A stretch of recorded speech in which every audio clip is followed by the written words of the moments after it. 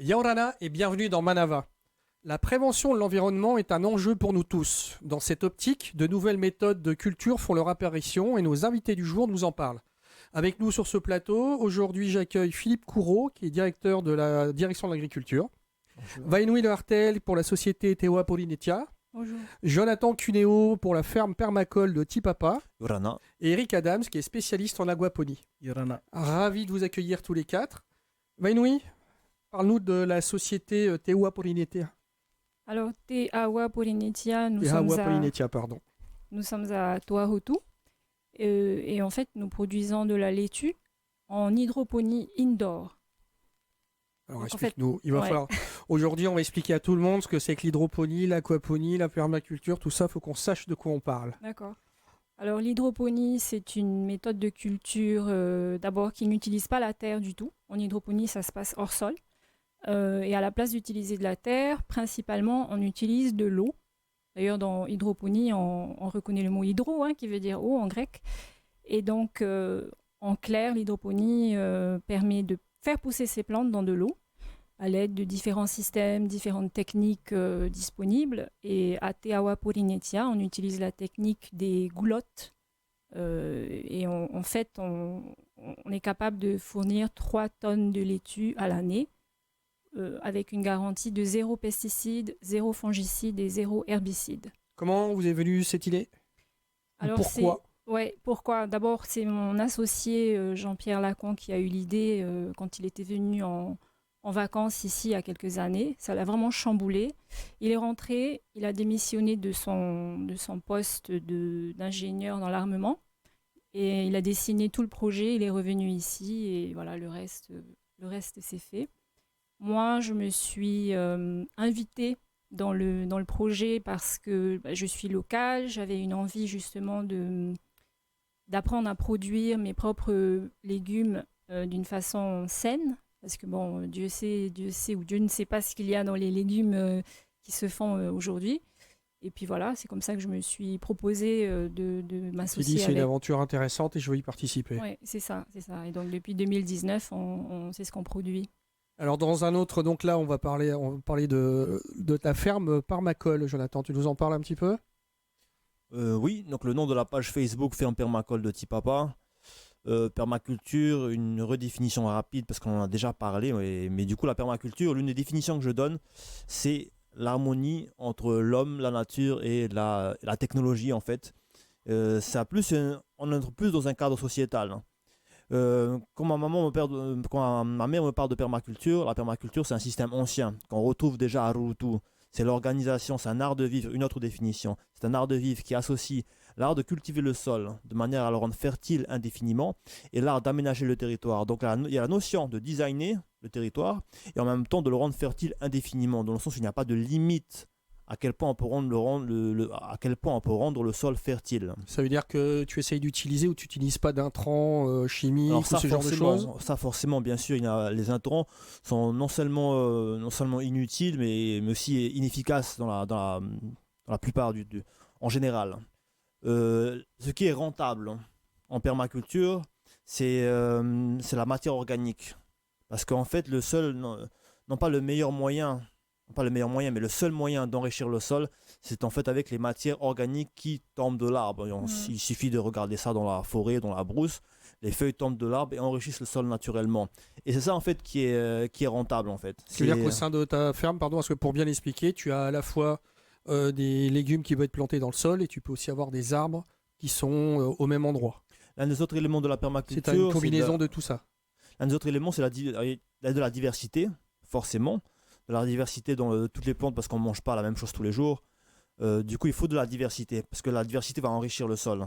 Mais le meilleur moyen d'enrichir le sol, en plus de la diversité, c'est la couverture végétale. C'est les feuilles, c'est les brindilles, c'est les bois qui sont broyés.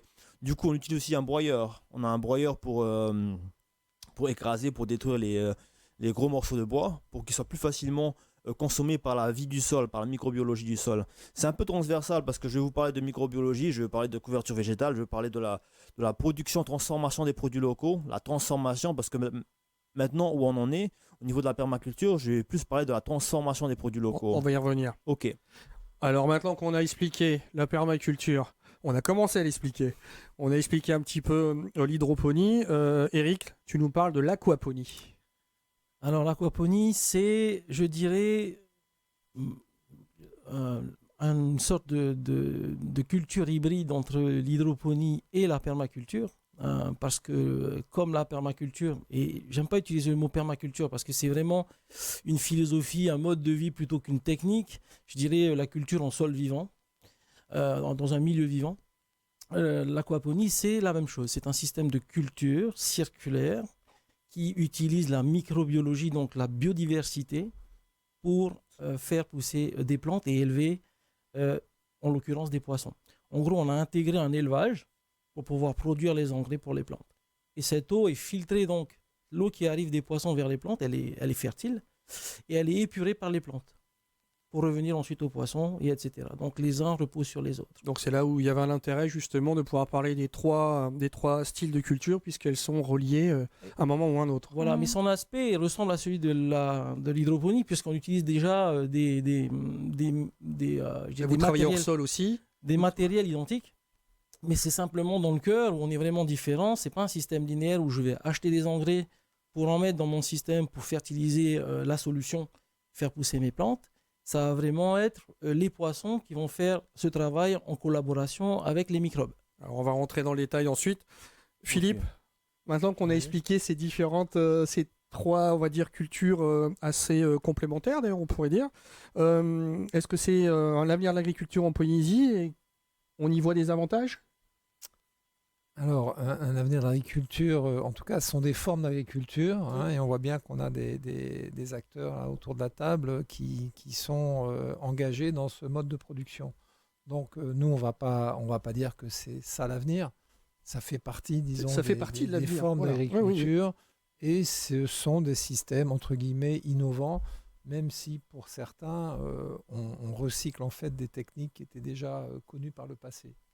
Voilà, mais d'une manière générale, j'aurai peut-être l'occasion de le dire, l'agriculture a toujours été un champ d'innovation important. Bien sûr. En permanence. On innove. Je précise que ce n'est pas l'un contre l'autre, c'est l'un avec l'autre. Bien sûr. Non, mais l'innovation, c'est partie prenante du métier d'agriculteur.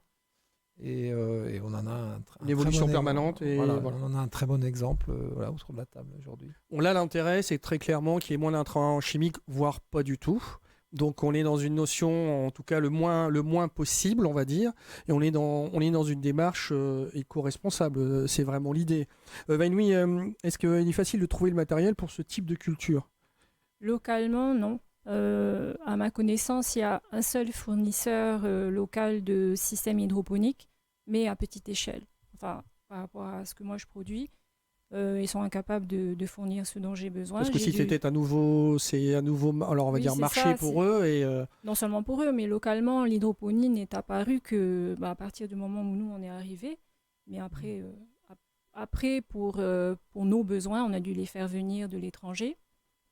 Mais tout dépend de l'objectif de celui qui veut se lancer. Si jamais quelqu'un voulait se lancer dans l'hydroponie, si c'est juste pour assumer un peu les besoins en légumes de sa famille, dans ces cas-là, oui, il y a donc ce fournisseur-là, local, qui peut tout à fait approvisionner. Donc à titre, on va dire, familial, c'est faisable. À titre professionnel, comme vous le faites vous, c'est plus compliqué. Il n'y a rien de disponible, en tout cas à cette échelle-là.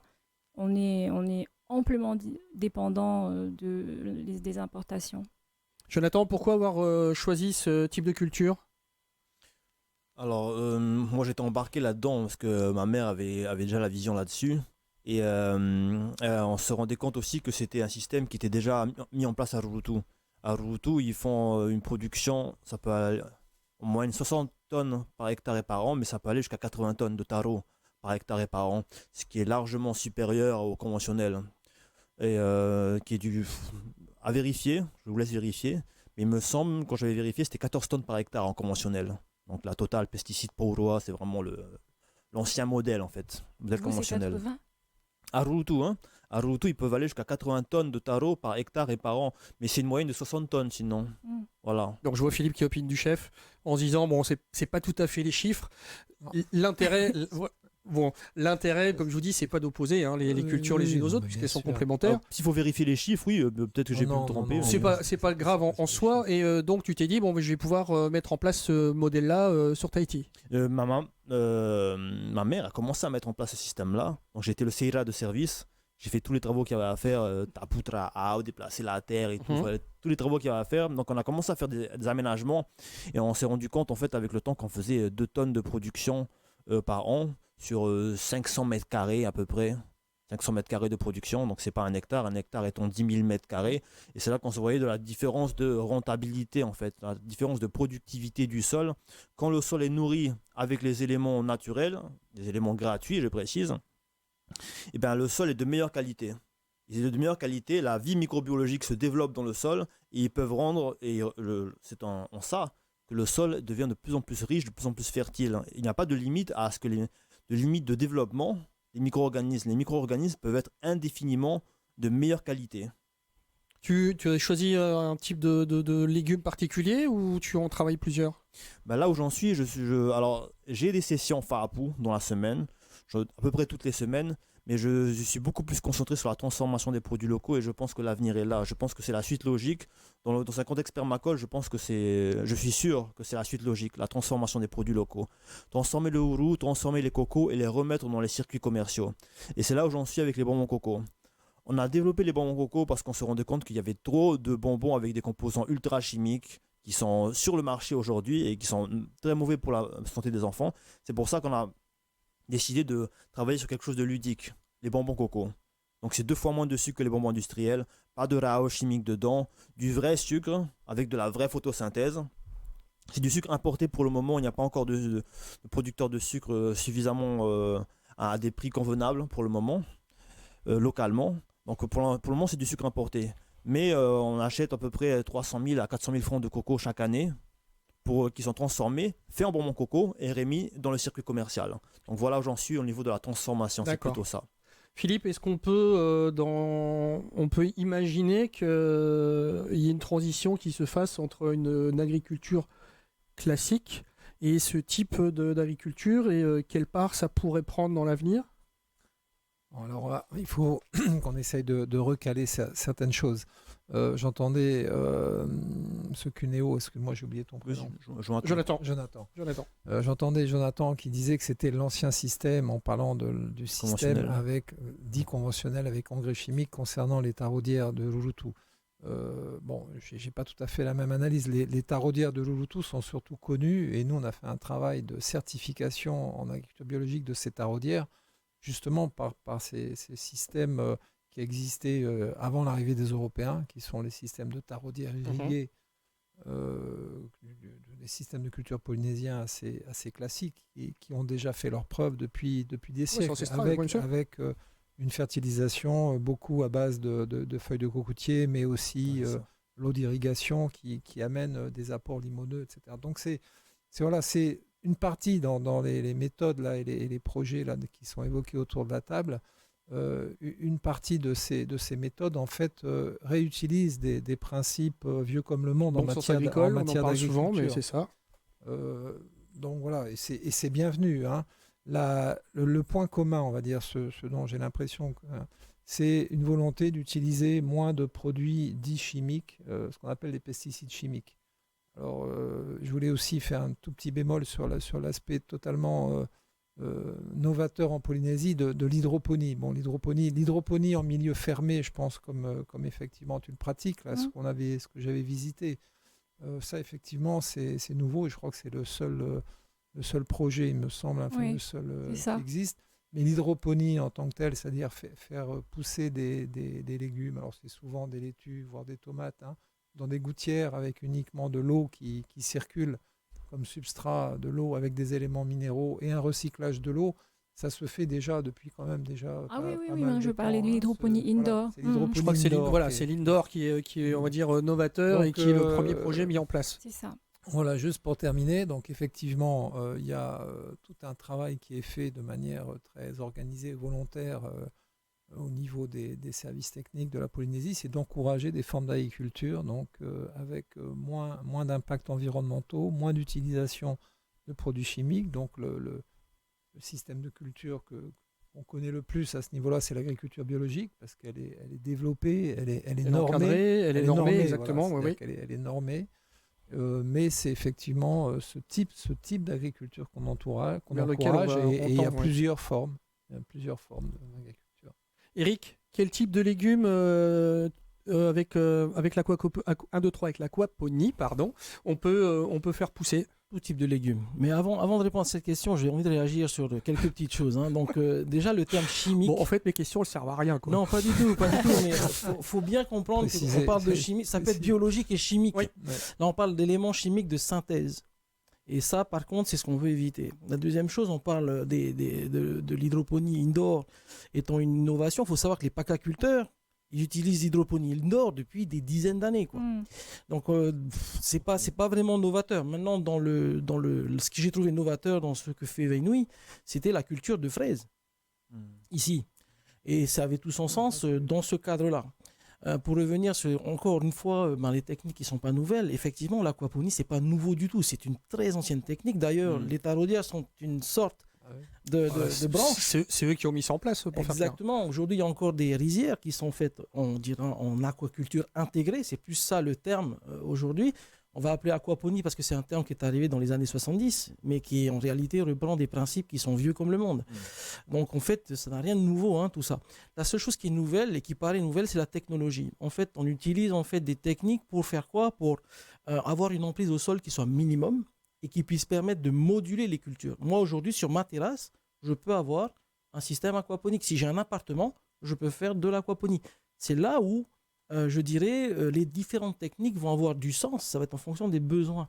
Moi, quand j'ai commencé l'aquaponie, c'est simplement parce que déjà, de 1, j'étais pas chez moi, je louais, je voulais pas utiliser... faire pas de terrain, pour faire clair. Faire un sol, Oui. ça prend du temps. Et je voulais pas faire place. autrement qu'un sol vivant. Bien sûr. Parce que justement, je suis contre tout ce qui est élément Ouais, les intrants engrais- chimiques, ainsi de engrais- suite. Et voilà, de synthèse. Ouais. Donc ça, je suis contre. Parce que j'ai un enfant qui était malade. Et bon, voilà, qu'on a réussi, je dirais que c'est... Je dirais ça, moi, je suis pas médecin, mais qui a réussi aujourd'hui à être complètement remis de sa maladie grâce au fait qu'il a mangé que des légumes exempts de produits chimiques de synthèse. Pendant 4 ans. Ce qui a étonné les médecins. Maintenant, ça, c'est ma profession de foi et c'est pour ça que j'ai choisi l'aquaponie. Pourquoi? Parce que je le veuille ou non, je ne peux rien mettre de toxique dans mon système puisque c'est un circuit fermé. Si je mets quelque chose de toxique, mes arbitres, c'est mes poissons qui meurent. Donc c'est très facile, je ne peux pas tricher. On ne peut pas avoir la certification bio parce qu'on est en hors sol, mais moi, je m'en fiche, j'ai l'assurance que ce que je produis, c'est propre. Et ça, c'est super important pour moi. Vraiment, pour moi, les produits fertilisants de synthèse, chimiques de synthèse, c'est du poison. C'est pire que le sucre, en réalité. Aujourd'hui, je préfère, franchement, limite, je préfère manger un sashimi avec du Coca-Cola que de manger un sashimi avec du chou. Parce que je n'ai pas confiance. Et ça, je l'ai vécu dans mon foyer. Aujourd'hui, c'est ça. Voilà pourquoi je fais de l'aquaponie. Et oui, ça ne ressemble pas à un superbe paysage permacole naturel. Mais ce qui se passe à l'intérieur, c'est la même chose. C'est la biodiversité qui va venir, en fait, nous nourrir. Alors, vous avez choisi des techniques différentes. Il y a quand même une finalité, c'est de faire pousser un légume ou un fruit. Et est-ce qu'on fait une vraie différence qualitative et gustative, par exemple, entre, on parlait de fraises tout à l'heure, ou de salades, qui auraient été produites de façon classique, et tes salades ou tes fraises qui sont produites en hydroponie? Alors, à partir du moment où tu choisis de faire pousser des produits qui ne sont pas ni endémiques à la Polynésie, ni faits pour pousser dans des climats tropicaux, comme sur nos îles, oui, tu vois vraiment une grande différence. Il faut savoir donc tu as choisi de faire de la fraise. De la fraise et de la laitue. Ouais. En ce moment, je n'ai pas de fraise, je fais de la laitue. Mais l'un dans l'autre, le produit qui, à la base, n'est pas fait pour pousser ici, parce que je le fais pousser dans un système qui est entièrement contrôlé, qui est hermétique et qui, en fait, est tout, sauf la Polynésie dedans, pousse exactement comme il devrait pousser. Et on sent vraiment une différence de goût, de texture, d'aspect. Tu as choisi un type de fraise particulier pour qu'elle fonctionne bien en Polynésie? Vous avez fait des tests? Oui, on a fait des tests et on avait sélectionné la Seascape. C'est une variété de Californie qui se rapproche beaucoup de la gariguette.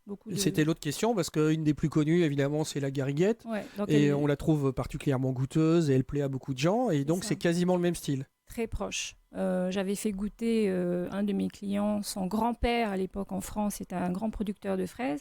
Et quand je lui ai fait goûter mes fraises, il en a eu les larmes aux yeux. Parce que ça lui a rappelé sa petite enfance, justement. La Il fameuse disait que Madeleine de c'était- Proust, C'est ça, dans l'esprit. sa Madeleine de Proust. Philippe, est-ce que une fois que les productions sont arrivées à terme, elles peuvent être compétitrices par rapport aux productions classiques en termes de coûts? Ou en tout cas en termes Oui, de je prix, pense, je pense. en termes de revente? Oui, je pense. Après, elles ont chacun, ils ont chaque produit dans la mesure où on revendique avec ce type de produit, enfin, le producteur en général revendique une qualité supérieure. Bah, effectivement, très souvent, c'est mis sur le marché à un prix un peu plus élevé. Et il y a un marché pour ça. C'est-à-dire qu'il y a des consommateurs qui effectivement Qui vont acceptent de payer un peu s'orienter, plus qui cher. vont s'orienter vers ce. Après, moi, je veux quand même. Bon, je suis là aussi pour rassurer. C'est-à-dire que l'agriculture, on a donc des agriculteurs qui innovent ou qui sont un petit peu à la pointe, notamment tout le monde de l'agriculture biologique. Mais on peut pas. Voilà, nous, on peut manger du chou sans avoir peur de s'empoisonner. Après, moi, je respecte parfaitement, bien sûr, hein, les choix alimentaires des uns et des autres. Mais ça Mais, permet d'avoir des alternatives. en Oui, plus. oui, C'est non, l'avantage. et encore une fois, on veut aller dans ce sens. Hein, on veut aller dans ce sens. Mais on va encore pendant longtemps avoir une coexistence d'agriculture dite conventionnelle et d'agriculture biologique ou permaculture ou aquaponie. Hein.